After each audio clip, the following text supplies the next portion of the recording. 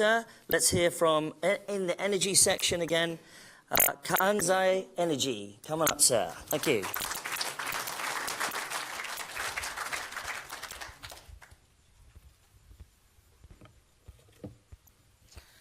Good evening, ladies and gentlemen. Today morning, just before 5 a.m., this lady woke up and rushed to her tiny ramshackle kitchen, and she piled up some firewood into the 3-stone fireplace, and she began to fan it. So the smoke began to rise and began to fill up in the room, and she began to cough, and she began to sneeze. There were tears rolling down her eyes. But she did not mind this dirty process. All that she cared about was that the 4-year-old that she was carrying on her back would wake up to find something to eat.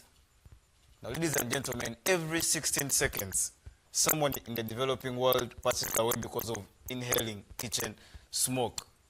Now, in Africa, 86% of cooking is done by women. So we find that 50,000 of our mothers, along with 500,000 children below the age of 5 years old, are passing away because of inhaling smoke in kitchens.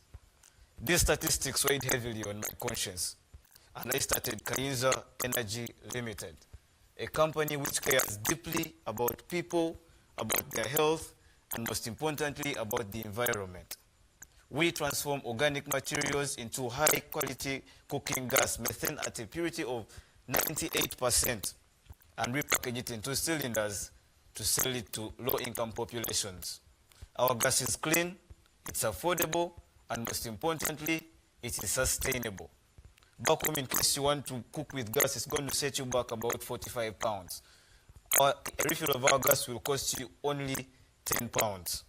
Now, we have tried our gas with a number of women's groups, and as I speak right now, we have MOUs to supply 38,700 women in Uganda with our affordable cooking energy. Now, we have a great product. We have a ready market. We have a winning team. All we need is your collaboration to ensure that every kitchen in Africa has access to clean, affordable, and sustainable fuel.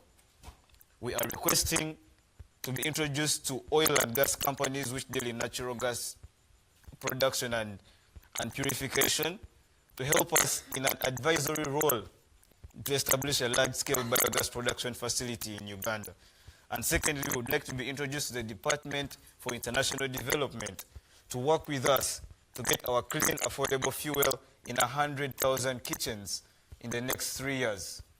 Now, ladies and gentlemen, cooking with firewood was discovered 300,000 years ago. This is the 21st century. Why are we still using technology discovered in the Stone Age period? Thank you very much.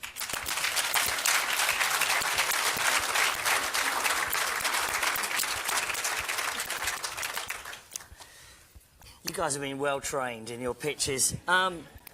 Okay, it's just an obvious question. It sounds like the sort of thing that someone might have come up with before. Take some organic waste, use that instead of, bottled gas. Why has it not been done before, and how is it that you've made this so efficient? The main reason why this has not been done before is that to purify methane, it has to be chilled to a temperature of -162. Now, I'm sure you know how much a fridge, which is just at -5, is expensive. Like, it takes a lot of energy. Yeah. So this is an energy-intensive, the process is energy-intensive. Yeah. So we find that on the cost of our cylinders, the highest cost is actually the cost of electricity and the cost of the cylinder. Yeah. So that's why it hasn't been done yet. So you've managed to reduce that cost? A little bit. Right. Yeah. Well, it's nice to meet an entrepreneur who's literally cooking with gas.